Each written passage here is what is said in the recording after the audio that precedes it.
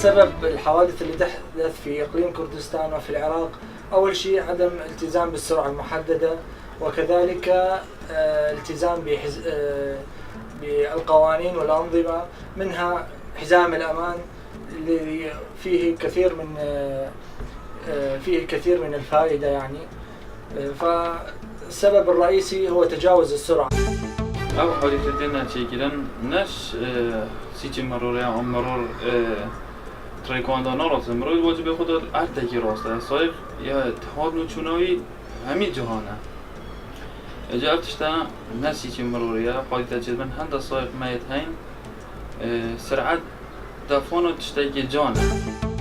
بالنسبة للشوارع ضيقة جدا والسيارات هواية، فدائما تسبب حوادث لأن الشارع ضيق وكثرة السيارات تؤدي إلى زخم، وبعض أكو صبات بالشارع اللي قاطع الشوارع، فهي هاي سببها هم تأثر على السواق، وبعض السواق يعني مثل متعلم جديد أو ما يعرف، فدائما تسبب هاي الحوادث.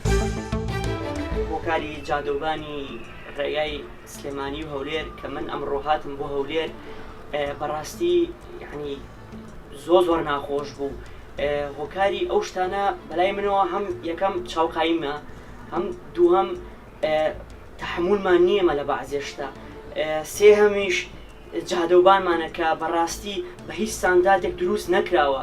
یعنی بەڕاستی من کە لێوە هاتم چاڵی وای تیا بوو، يعني أموت هوا ترى ليبوتو يعني سعر خريجو مشكلة كبشوي توا يعني بيتشو بوتشي وايد يا كهرنا تواني نأزيني عملت اليوم فرق عمليو بيتش عمليو 10 كيلومتر ما بس أنا بقول شويني كأجي يعني أوش تانا براستي هو دارم باشي كانوا لبروجرام بيتو إن شاء الله هموش تكش باشا زو زمان.